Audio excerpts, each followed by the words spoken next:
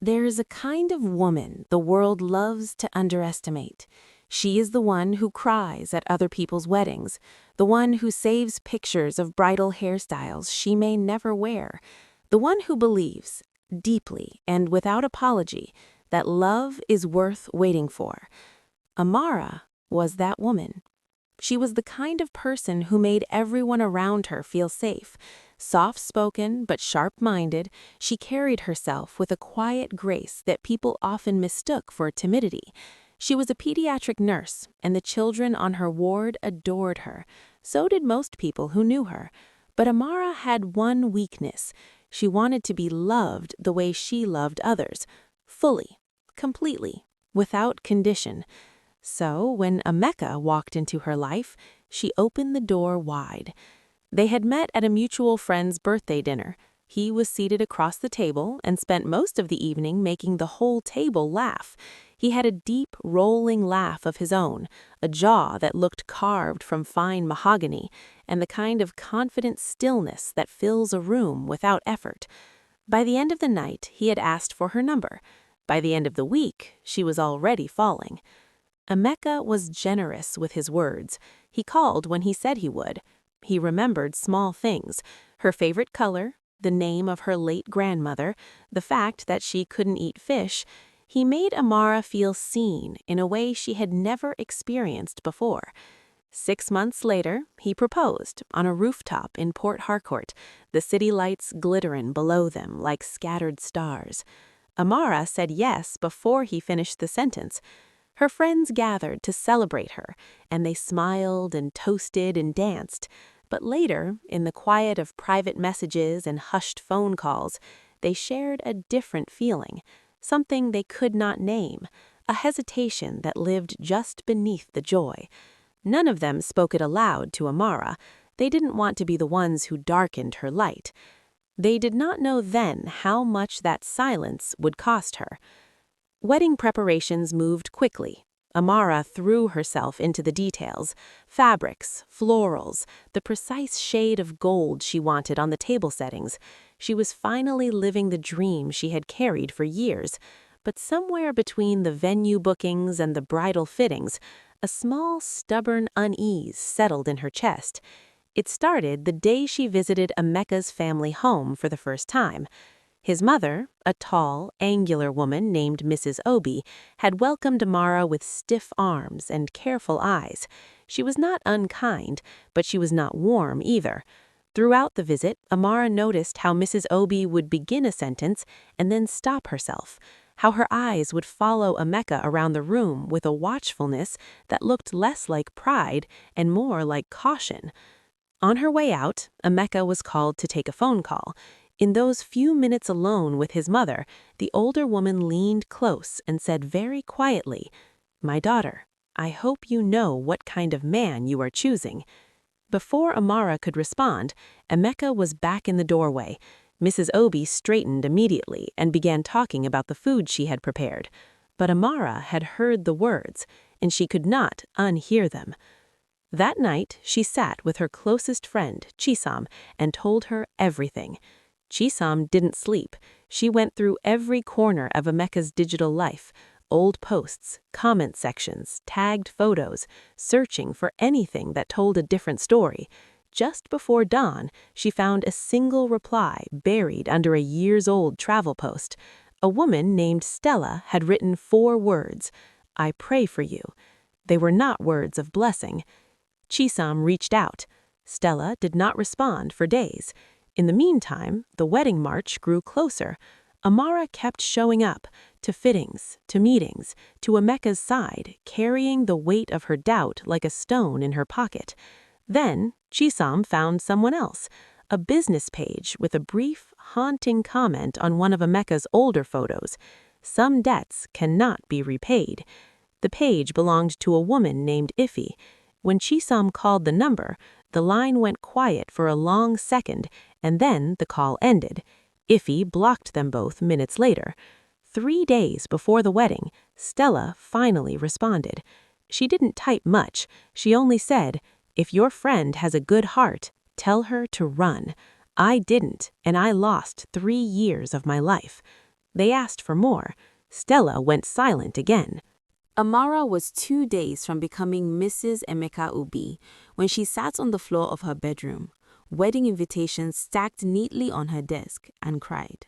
Not from sadness, from the particular exhaustion of a person trying to unknow something they already know.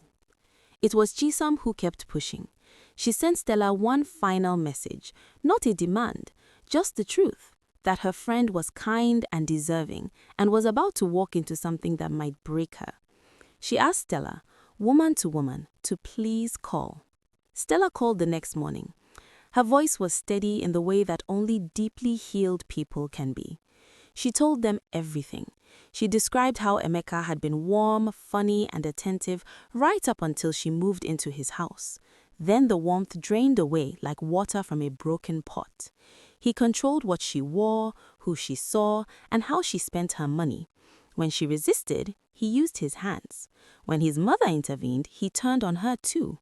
Stella had left with nothing but her life and a suitcase. The comment she left on his page was the only voice she had dared to use. The wedding morning arrived. Guests filled the hall in their finest attire. The groom stood at the front in an immaculate agbada, looking every bit the ideal husband. Music played, flowers bloomed from every corner.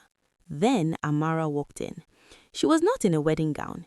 She wore a simple black dress and flat shoes, and she walked with a calm that unsettled the entire room. Beside her walked Stella, a stranger to most people in that hall, but the most important person in it. Amara stood before her guests and spoke. She did not shout. She did not weep. She simply told the truth about the warnings, about the women, about the night she sat on her floor and chose herself over a beautiful lie. As she spoke, Emeka's face underwent a quiet transformation. The easy smile receded. The eyes, usually warm and inviting, became cold and calculating. Several guests would later say that in that moment they saw a man they did not recognize. Amara looked once at Mrs. Obi, seated in the front row, her fingers tightly laced in her lap. When their eyes met, the older woman let out a long breath, slow, shaking, and unmistakably relieved. She gave a single small nod, and in it was everything she had tried to say and couldn't. Amara nodded back. Then she walked out of the hall and into her own life. The months that followed were not easy, but they were hers.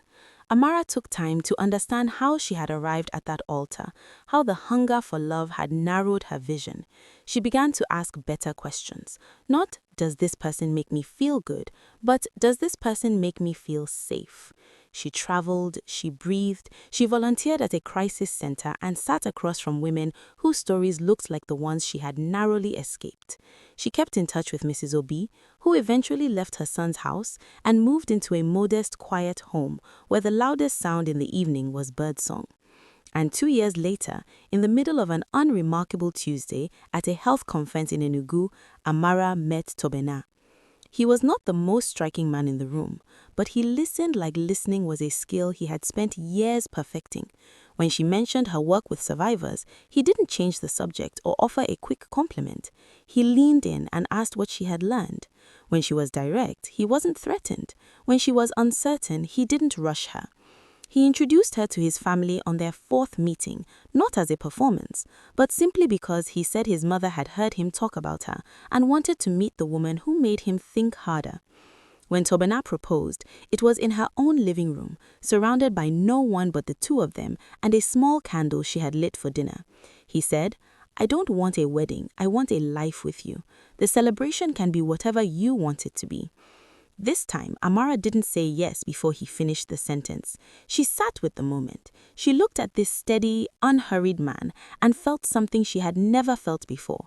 Not the dizzying rush of falling, but the deep, quiet certainty of standing on solid ground. Then she said yes. At their wedding, intimate, joyful, and full of real laughter, Chisom danced until her shoes gave out. Stella sat in the 3rd row, tears on her face, and a new lightness about her. And Mrs. Obi, arms finally free of bruises, held Amara's bouquet while she adjusted her veil and whispered, "This one is the real thing, my daughter." Amara smiled. She already knew. The story of Amara teaches us that love should never cost you your safety. Attraction fades. Charm is a performance, but character, the way a person treats those who cannot fight back, the way they behave when no one is watching, that is the only true measure of a partner. Pay attention to the people who have loved someone before you. Their silence speaks. Their warnings matter.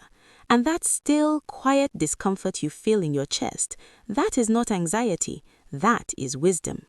You are not obligated to marry someone simply because you have already sent invitations. You are not required to stay somewhere painful simply because you once chose it. Every single day, you are allowed to choose again.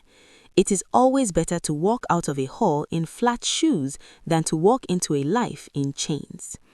Thank you for listening. If this story moved you, share it with someone who needs to hear it. Subscribe for more African folktales and drop a comment below. What part of Amara's journey stayed with you most?